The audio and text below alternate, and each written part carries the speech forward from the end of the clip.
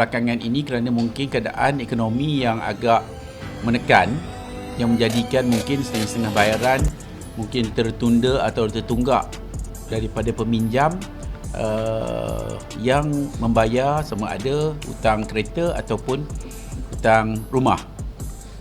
Jadi hari ini kita membawa satu aduan ini kerana kita fikir perkara ini perlu didedahkan kepada publik berkaitan dengan behavior sebuah bank yang mendakwa ataupun yang mengatakan mereka mengamalkan Islamic banking yang kita lihat tidak pada kita lah ya, tidak Islamik. Pasal Islamic banking ni dia prinsip dia mudah saja, tidak ada menekan, tidak ada mendesak atau mengugut, tapi dalam konteksnya dia semua ada, dan kita rasa benda ini memang tak kena, sehingga kan ada kenyataan yang dibuat ialah dia kata kita boleh lelong rumah sebulan pun kita boleh lelong. Ini apa jenis behaviornya? Jadi kita merasakan memang banyak behaviornya yang kita lihat oleh bank-bank ni, kebanyakannya behavior dia amat menyedihkan. Sama ada conventional banking atau Islamic banking.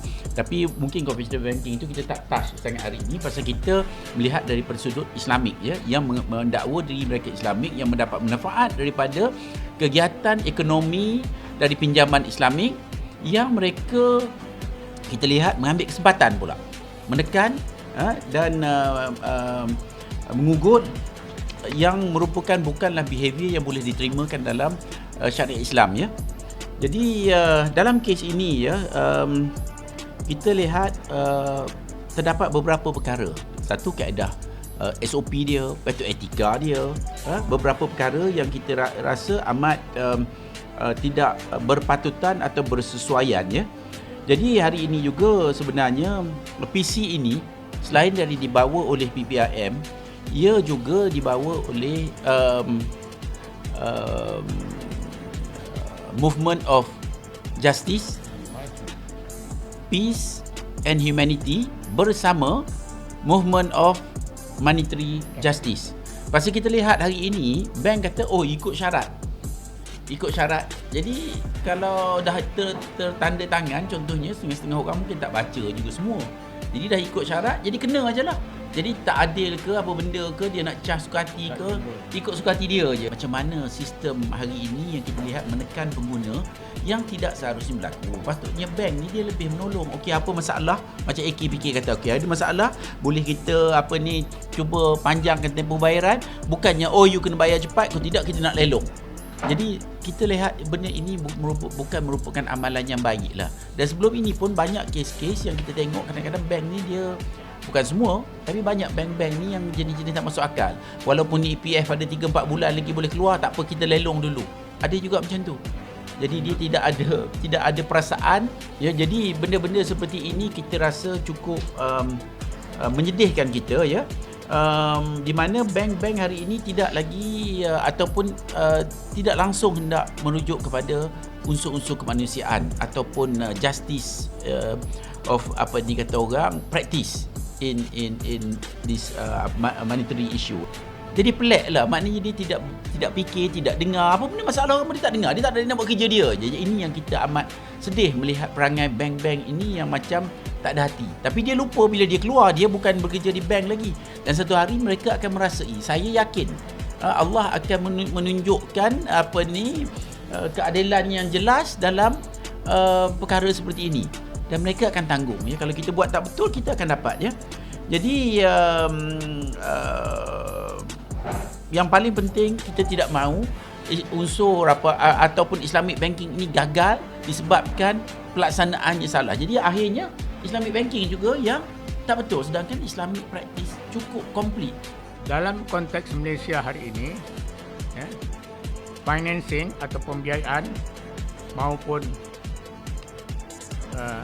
loan atau pinjaman yang di-offer ataupun yang ditawarkan oleh bank sebagai satu pakej pinjaman kepada pelanggan-pelanggan ataupun penyimpan akaun dalam bank mereka merupakan satu keperluan dalam keadaan modern society hari ini, benda ini merupakan satu keperluan dan merupakan satu kewajipan pula, obligation kepada bank untuk menunaikan tanggungjawab dia,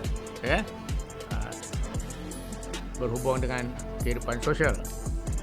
Jadi tiap-tiap orang atau penduduk dalam negara ini apabila telah mencukup umur, dia berhak untuk membuka akaun bank selain daripada mendapatkan kemudahan-kemudahan bank seperti pinjaman untuk membeli rumah, membeli kenderaan, untuk menambahkan modal perniagaan kalau dia orang berniaga, ataupun untuk pinjaman lain-lain, keperluan anak sekolah dan sebagainya. Ya, benda-benda ini merupakan satu keperluan dan juga suatu kewajipan bagi kita masyarakat di Malaysia ini dan lain-lain negara juga sama menghadapi masalah serupa. Tapi seperti saya katakan dalam konteks Malaysia ni ada sedikit perbezaannya. Bank-bank kita di sini, bank-bank dalam Malaysia, saya nampak hampir kesemuanya bersikap tidak adil kepada pelanggan, kepada masyarakat ramai, pada pelanggan-pelanggan dia, terutamanya peminjam-peminjam ataupun mereka yang mempunyai akaun simpanan mereka. Jadi sebagai pelanggan bank dan juga sebagai ahli bank itu sendiri, walaupun dia bukan ahli pemegang saham, tetapi member of the account holder, member of the account holder maknanya ahli bagi pemegang akaun dalam bank-bank itu, mereka mempunyai hak di segi undang-undang dan daripada segi undang-undang pengguna, mereka memang mempunyai hak, dan bank juga mempunyai obligation, kewajipan untuk menunaikan tanggungjawab dia, memberikan kemudahan banking yang sesuai dan selaras dengan kehidupan di Malaysia ini. Tetapi ada setengah bank tidak mengikut peraturan ataupun bank punya undang-undang. Kita di sini ada Financial Services Act ataupun Akta Perkhidmatan Kewangan. Dulunya dinamakan dia BAFIA, Bank and Financial Institutions Act. Jadi Akta BAFIA itu sudah dimansuhkan oleh kerajaan yang terdahulu dan digantikan dengan Financial Services Act ataupun Akta Perkhidmatan Kewangan yang dibuat oleh kerajaan terdahulu. Saya ingin mengambil kesempatan di sini untuk menjelaskan kepada tuan-tuan dan puan-puan sekalian. Negara kita hari ini ditakbirkan oleh kerajaan yang baru, Menteri Keuangan baru, segalanya semua baru. Dan mungkin pengalaman mereka dalam beberapa situasi itu tidaklah sama dengan pengalaman kerajaan terdahulu yang telah memerintah selama 60 tahun lebih. Jadi apa yang saya nampak hari ini di Malaysia hari inilah, selepas kerajaan baru mengambil alih dalam masa 2 tahun ini, saya melihat sejak dahulu sehingga hari ini pun kerajaan baru memerintah, sistem keuangan tak pernah berubah. There is nothing changed in the banking industry right now. Dan apa yang saya lihat sekarang ni, who runs the country? Siapa yang mentadbir negara ni? Kerajaan hari ini yang mentadbir kita, yang kita nampak bukan kerajaan Pakatan Harapan yang kita lihat sebenarnya sebagai mentadbir. Dia hanya menang kerusi, menang undi, mentadbir kerajaan namanya. Tapi yang menjalankan pentadbiran negara ni, the body who runs the country is our banking system. Bank-bank kita ni, sistem bank kita ni lah yang mentadbir negara ini. Semua orang tak tahu, semua orang tak sedar. Nobody knows about this.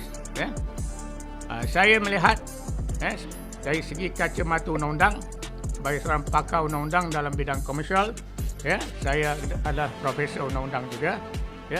Saya melihat keadaan-keadaan begini. Saya bandingkan dengan keadaan sosial yang ada sekarang, dan berkhidmat dalam bidang kehakiman saya hampir 40 tahun. 40 tahun. So I know better about the law, situation and conditions of the country. Sejak dulu hingga sekarang.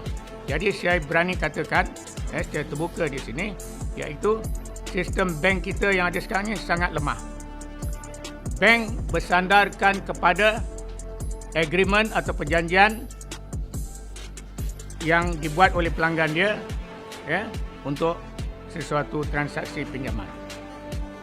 Apa yang kita lihat di situ, bank menggunakan kertas-kertas perjanjian ini sebagai satu cara, satu instrumen untuk bukan saja mengikat peminjam tertakluk pada syarat-syarat dia, bahkan menekan lagi. Dia mengikat kaki dan tangan peminjam-peminjam dia dengan terma-terma yang buta yang pelanggan-pelanggan banyak tak tahu.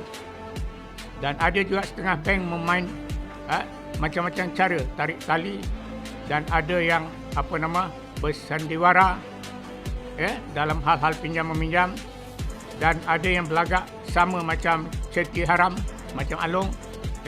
Tak ada serupa macam institusi keuangan sebelum tahun 1970. Sebelum tahun 1970, sistem bank kita masa itu konvensional, tidak menggunakan alat seperti komputer. Tapi sekarang dengan alat komputer yang begitu banyak, canggih, dengan staf yang berpelajaran tinggi, tetapi mutu perkhidmatan mereka saya katakan zero. Saya berani katakan zero pasal apa? Bank tak buat kerja, yang buat kerja dia punya komputer. Robot is doing all the job, all the monkey job done by the computers. Dia bercakap dengan komputer, dia menulis pun dengan komputer. Dia tak payah gunakan tangan, tak payah gunakan kertas lagi. Apa yang dia cakap tu yang komputer cakap. Selepas komputer bercakap, you tanya dia takkan jawab, dia akan print out a piece of paper that is the statement of balance of your loan.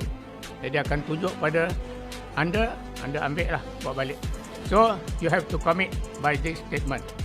Whatever amounts balance due to the bank, there is no other way, no other chance for you to settle, but you got to settle immediately.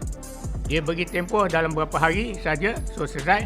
Tak selesai, dia akan membuat sesuatu. Bank mengugut orang macam-macam cara. Mengugut melalui telefon, menggunakan pihak ketiga, kolektor-kolektor berjalan, dia ambil, suruh orang tu bertindak bagi pihak dia. Telefon orang sampai pukul 12 1 malam pun ada. Orang tengah tidur pukul 2 pagi pun dia telefon. The bloody monkey is calling you within 24 hours all the time. They insist that you are borrowing their money. So you have to pay to settle immediately. Otherwise, you punya rumah will be auction in due course. Dia tak kira bila. Dia beri kita masa, kata dia 14 hari, sebulan. So, kita akan jadi lembu dia, kejar sana, kejar sini, cari makan, macam mana dapat duit, ngumpul duit, nak bagi pada bank. Bank yang saya katakan ni, bank buta hati. Bank buta hati ni boleh kata hampir semua dalam Malaysia sama perangai. Bank Islam, bank-bank yang menggunakan konsep Islam pun sama. Menggunakan konsep Islam, tapi it's not Islamic. Sebab apa saya kata not Islamic? Some of the papers that signed by the client, especially the borrower, diakad oleh orang bukan Islam. Saya dah jumpa banyak dokumen tangan saya. Orang bukan Islam, orang India bukan agama Islam, agama Hindu, orang Cina agama Buddha, dan Kristian tanda tangan depan orang Islam. Pinjamannya vitamin Agil. Vitamin Agil lah, dan macam-macam Islamic konsep yang digunakan istilah-istilah. Istilah tu hanya make up saja. That is only make up. Konon-konon Islam ni satu sistem bank yang baik untuk dia meyakinkan kita. Tapi pelaksanaannya tidaklah baik. Saya berani katakan dalam kes-kes Mahkamah Timbang Tara yang saya kenalikan, banyak beratus-ratus kes bank, saya lihat di situ bank tidak mau kerjasama. Once you call them to settle the matter, dia ignore. Dia tidak akan mau. Dia tak nak. Dia nak pergi mahkamah biasa, mahkamah tinggi. Mahkamah tinggi sana dia macam-macam boleh buat. Dia misleading the court. The court of justice was misleading by these lawyers. Dia punya counsel. Dia borak, dia bohong, dia macam-macam buat sana. Dia mempermainkan justice, keadilan dengan macam-macam cara. Mereka rekakan jumlah tuntutan. Mengikut undang-undang, prinsip undang-undang, pinjaman yang menjadi terhutang hanyalah pinjaman prinsipal saja. principal amount, the basic amount that you borrow from the bank. Katakan Anda pinjam 100,000 atau 10,000, 10,000 itu saja yang menjadi pinjaman yang kena bayar. Lain-lain charges, interest, whatever it is, overnight charges, legal fees, ini semua tolak tepi dulu. The actual amount, kalau you hutang lebih dari 30,000 atau 50,000 ringgit, baru dia boleh bawa ke mahkamah untuk membankruptkan orang. Selagi tak cukup amount tu, dia tak boleh campurkan dengan dia punya interest. Interest dengan juga legal fees, ini yang dijadikan orang kalau hutang 10,000 jadi 30,000, inilah dia. Legal fees bukan-bukan dia naik dari masa ke semasa, interest dia naik dari masa ke semasa, daripada 5 naik 6 sampai 10%, 12%, dia cekiknya orang ni, sampai jadi 50,000 lebih. Lebih aja 50,000 ringgit 1 sen, dia akan buat kes. Bukan 1 ringgit lebih, 1 sen saja dia akan buat kes. Inilah perangai bank, muka buruk mereka di dalam Malaysia. That bloody ugly faces of our bank, existed nowadays. Jangan tuan-tuan. Saya memang benci perangai bank ni. Sebab saya sebagai seorang profesional, saya memang tak suka cara-cara yang unethical dibuat oleh bank. Pegawai dia orang ni semua belajar tinggi tau. Semuanya ada ijazah di universiti. Economic lah, banking lah, itulah ini. Ada macam-macam professional title dalam accountancy dan sebagainya. Tapi perangai dia tak ada profesional. They are not professional. Dia membuat orang ramai jadi bodoh. Dia memperbodoh-bodohkan orang. Yang sebenarnya dia the idiot. Mereka lah idiot yang sebenarnya. Lawyer daripada third party tu macam kasih warning kat saya. Dia kata, you tahu tak sebenarnya walaupun you dah arrest sebulan, kita orang boleh ambil tindakan. So maksudnya kalau kita termiss 1 bulan pembayaran ataupun macam saya berniaga sendiri ada kesulitan berlaku pada penghujung tahun lepas. Jadi kalau 1 bulan atau 2 bulan arreast saja, mereka dah boleh buat tindakan untuk melelong rumah kami. So macam mana kalau 3 bulan ke atas contohnya? Ini baru daripada pihak saya sendiri. Tapi bagaimana dengan pihak-pihak orang lain yang terkena dan tak tahu macam mana nak buat? Sebab sebelum saya masuk pun ada 2 orang atas saya bank yang sama. Saya rasa ramai lagi yang kat luar, especially zaman yang ekonomi yang kurang stabil ni. So saya seru sesiapa yang mengalami situasi seperti saya tampil ke hadapan. Bank bukannya yang boleh menentukan nasib kita sebenarnya. Dia kata Islam, dia mesti ada 2 perkara. Satu, dia mesti buat kerja mengikut prosedur yang tidak menyusahkan dan sahih. Dan mesti berasaskan bukti yang nyata. Dan nombor 2, dia tidak boleh menyusahkan saudara dia. Itu asas Islam. Jadi kemudian kita tengok kes ini.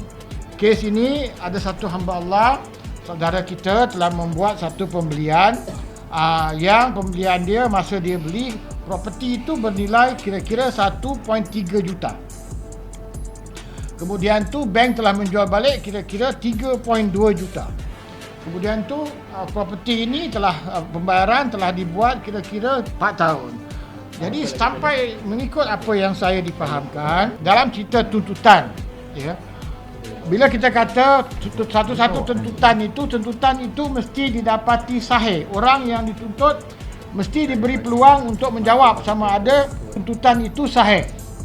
Orang yang dituntut mesti diberi peluang untuk mengatakan yang tuntutan itu sahih sebelum kita boleh ambil tindakan. Itu dia punya rule. Kalau dia kata kau hutang aku, jadi dia nak kena bagi satu notis, sekarang kau hutang aku. Mungkin bila kita kata kau hutang aku, tapi yang dituduh tu kata aku dah bayar, tapi kau pay record tak betul. Jadi yang si tuduh tu mesti diberi peluang untuk defend sebelum dia mengambil punitive action. Ini adalah asas-asas Islam. Tak boleh ambil tak boleh ambil punitive action tanpa memberi peluang kepada si tertuduh untuk dispute. Jadi notis ini mesti black and white dan mesti diberi tempo sebab Al-Quran mengatakan bila seorang itu berhutang, dia mesti beri peluang untuk bayar. Ini perintah Tuhan. Jadi kalau kita Islamik, kita tak mau ikut kemanusiaan, kita tak mau ikut asas Islam, jangan pakai nama Islam. Kasih malu saja. Tapi dalam kes ini, dia nombor satu, dia gagal untuk bagi return notice. There was no return notice bila default berlaku pada 1 hari bulan. Kemudian tu bila tidak ada default notice, dia tak bagi peluang untuk kawan tu bayar. Dia terus ambil summon formula dated 26 January. 26 December. 26 December dia dah file lah. Dan dia ni ada deposit 40,000 Ya. Sekarang ni bila kita lihat sikap ni, kita lihat dari segi sikap perbankan Islam dalam kes ini. Orang-orang yang membuat keuntungan kepada dia. Siapa customer bank-bank ni? Siapa orang-orang yang buat pinjaman daripada bank-bank ni? Orang-orang yang membuat pinjaman daripada bank-bank ni adalah orang-orang yang memberi keuntungan kepada bank. Account holder dia. Orang yang beri keuntungan. Kawan ni pinjam 1.3 juta. Dia kena bayar balik 3.2 juta. Bermakna bank ambil untung daripada dekat dengan 2 juta. Kelebihan. Ya. Jadi makna apa? Bank sepatut layan dia sebagai customer dan menjaga kepentingan dia. Kalau dia dalam susah, kalau prinsip perbankan Islam yang kedua, dia mesti treat dia sebagai brother, panggil dia, duduk bincang baik-baik, tengok macam mana boleh selesai masalah.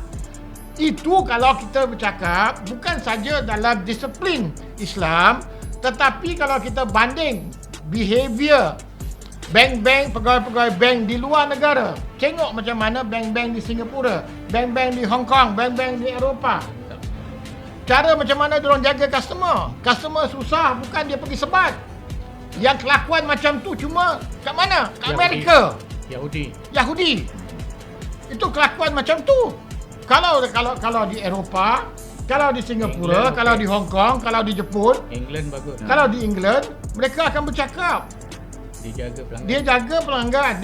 Jadi di mana ni?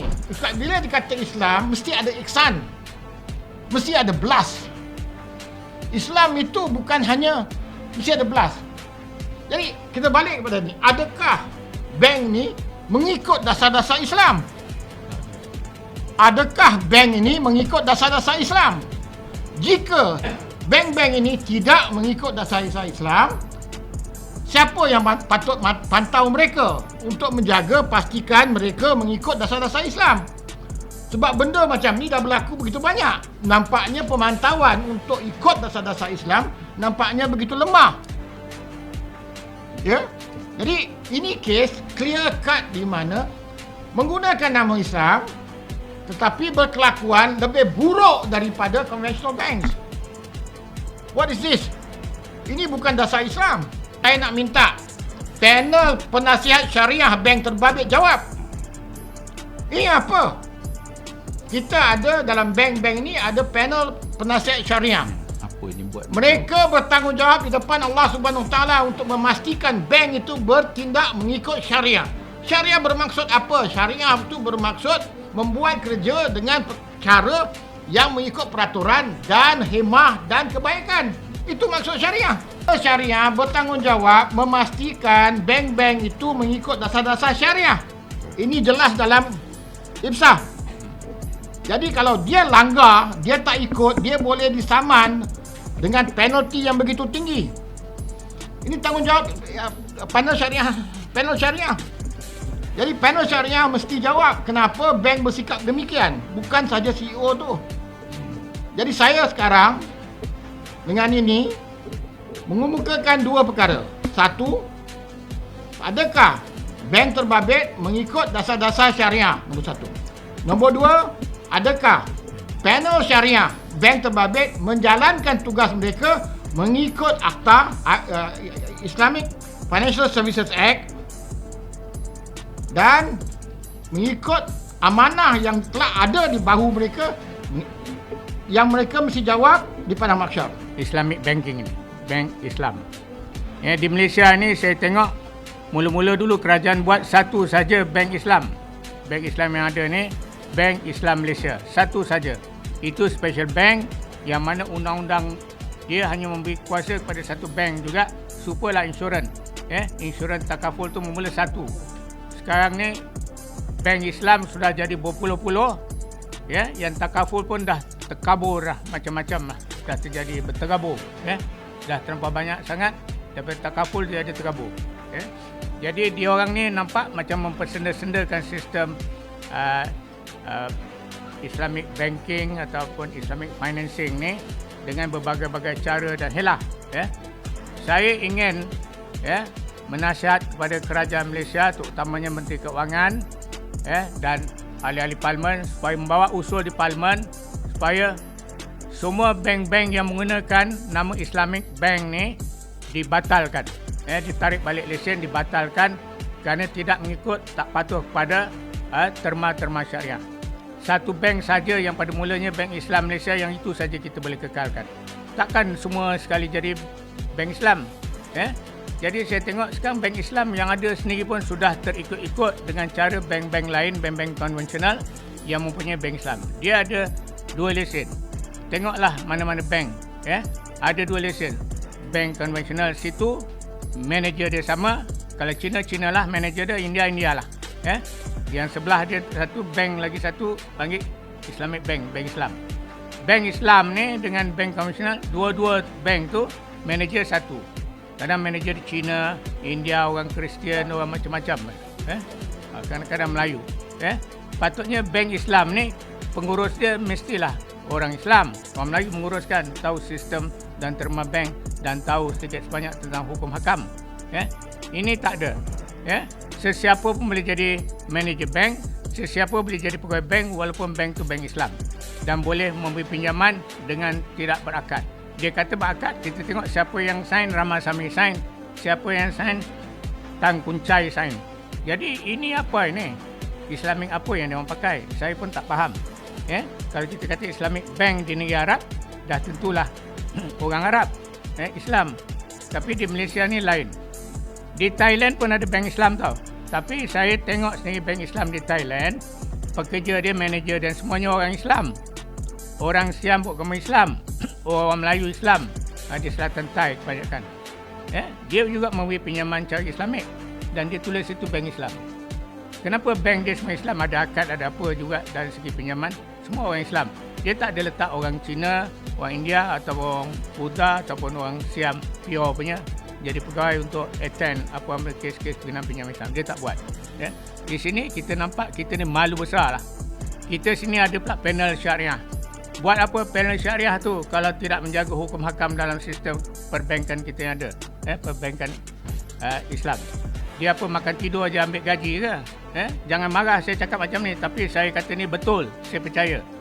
Dia kalau bank syariah ni sesuatu pinjaman yang dibuat, dia nak luluskan, panel ni mesti ada. Panel ni lah yang menentukan benda ni layak tak layak, lulus tak lulus. Panel syariah. Bukan kerja makan tidur, setahun sekali datang mesyuarat untuk nak ambil allowance tiap-tiap bulan. Dia orang dapat allowance tiap-tiap bulan bukan sikit. Duit-duit tuan-tuan ni semua nak bayar allowance pada pakar-pakar syariah. Pakar apa yang duduk situ, dia tak boleh buat ruling apa pun. Semua sah. Orang Hindu sign agreement dengan orang Islam, sah. Orang Cina jadi pegawai pemberi pinjaman wang, orang Islam minjam, sah. Tak ada yang tak pernah sah. Saya jumpa dokumen ni dah banyak lah. Di mahkamah saya tu banyak saya tengok. Ni saya kata apa benda sistem dia orang pakai ni. Jadi saya yang ikhlas hati menyuruh kerajaan baru yang ada sekarang ni mengambil kira hal-hal begini dan mengambil kira tentang masalah rakyat. Orang Melayu ni 65% di Malaysia ni bankruptcy, saya katakan. Jangan terkejut. 65% pelanggan-pelanggan orang Melayu Islam dengan bank-bank di Malaysia ni bankruptcy, jatuh bankrupt. Ni bukan baru, dah lama dah. Jadi tak siapa dedahkan, tak berani dedah, malu nak dedah kaum Melayu bankrupt 65%. Malu dalam dunia ni Malaysia. Jadi saya memang marahlah benda-benda begini berlaku. Sebagai ahli undang-undang saya tak dapat terima masalah begini. Kita jadi tuan punya negara ini, bankrupt 65% orang Melayu. Boleh terima. Habis 30% ni, yang 35% ni yang menguasai negara ni. Habis 65% jadi tuan tanah apa? Tuan tanah tak boleh sen. Tak ada grant. Jadi ini masalah. Jadi saya nasihatkan kerajaan hari ini mansuhkanlah undang-undang Bank Islam ni selain daripada Bank Islam Malaysia yang ada tu yang pertama sekali, itu dikekalkan. Bank-bank lain mengikut Islamic Bank ni semua nonsense. Ya, berhentikan operasi mereka dengan serta-merta, biarkan mereka jalan secara konvensional. Tetapi ingat, kenakan terma-terma yang ketat tentang pemberi pinjaman berlesen termasuk ceti-ceti haram ni. Lesen ceti itu Money Lenders License Act 1950 ke 52 tu mansuhkan, batalkan terus. Jangan beri kuasa pada mana-mana pihak berkuasa negeri untuk memberi lesen-lesen ceti haram. Ini merupakan satu perbuatan rasuah yang mudah berlaku. Saya harap kajian ambil ingatan dalam hal ni.